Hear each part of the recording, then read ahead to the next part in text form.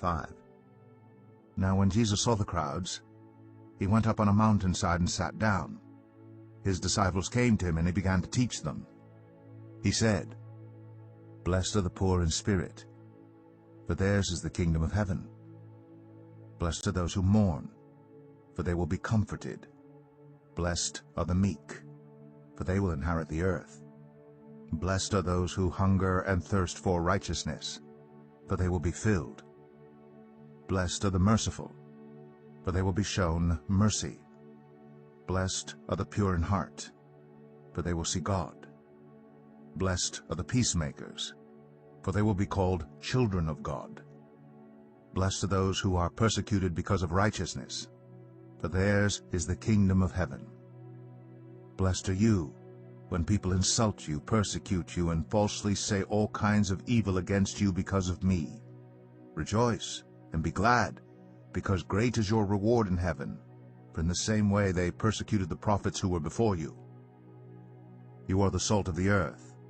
But if the salt loses its saltiness, how can it be made salty again? It is no longer good for anything except to be thrown out and trampled underfoot. You are the light of the world. A town built on a hill cannot be hidden. Neither do people light a lamp and put it under a bowl. Instead, they put it on its stand, and it gives light to everyone in the house.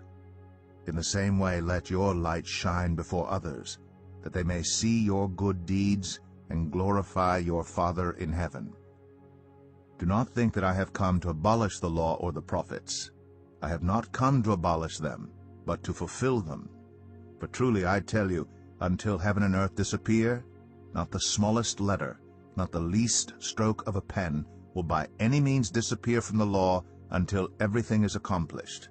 Therefore, anyone who sets aside one of the least of these commands and teaches others accordingly will be called least in the kingdom of heaven. But whoever practices and teaches these commands will be called great in the kingdom of heaven. For I tell you that unless your righteousness surpasses that of the Pharisees and the teachers of the law, you will certainly not enter the kingdom of heaven. You have heard that it was said to the people long ago, 'You shall not murder, and anyone who murders will be subject to judgment.' But I tell you that anyone who is angry with a brother or sister will be subject to judgment. Again, anyone who says to a brother or sister, 'Raka,' is answerable to the court, and anyone who says, 'You fool,' will be in danger of the fire of hell.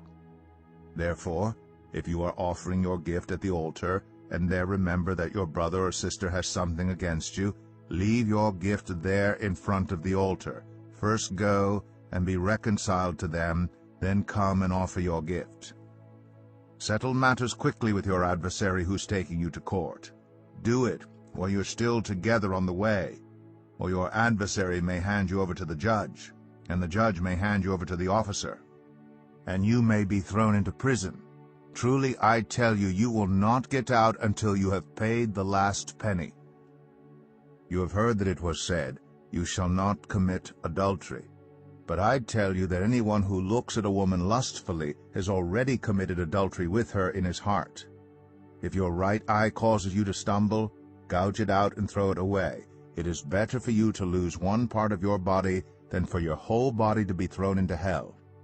And if your right hand causes you to stumble, cut it off and throw it away. It is better for you to lose one part of your body than for your whole body to go into hell. It has been said, 'Anyone who divorces his wife must give her a certificate of divorce.' But I tell you that anyone who divorces his wife, except for sexual immorality, makes her the victim of adultery, and anyone who marries a divorced woman commits adultery. Again you have heard that it was said to the people long ago, 'Do not break your oath, but fulfill to the Lord the vows you have made.' But I tell you, do not swear an oath at all, either by heaven, for it is God's throne, or by the earth, for it is his footstool, or by Jerusalem, for it is the city of the great King. And do not swear by your head, for you cannot make even one hair white or black. All you need to say is simply yes or no. Anything beyond this comes from the evil one. You have heard that it was said, 'Eye for eye and tooth for tooth.' But I tell you, Do not resist an evil person. If anyone slaps you on the right cheek, turn to them the other cheek also. And if anyone wants to sue you and take your shirt, hand over your coat as well. If anyone forces you to go 1 mile, go with them 2 miles. Give to the one who asks you, and do not turn away from the one who wants to borrow from you. You have heard that it was said, love your neighbor and hate your enemy.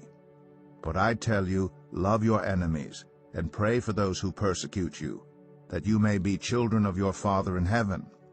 He causes his sun to rise on the evil and the good, and sends rain on the righteous and the unrighteous. If you love those who love you, what reward will you get? Are not even the tax collectors doing that? And if you greet only your own people, what are you doing more than others? Do not even pagans do that? Be perfect, therefore, as your heavenly Father is perfect.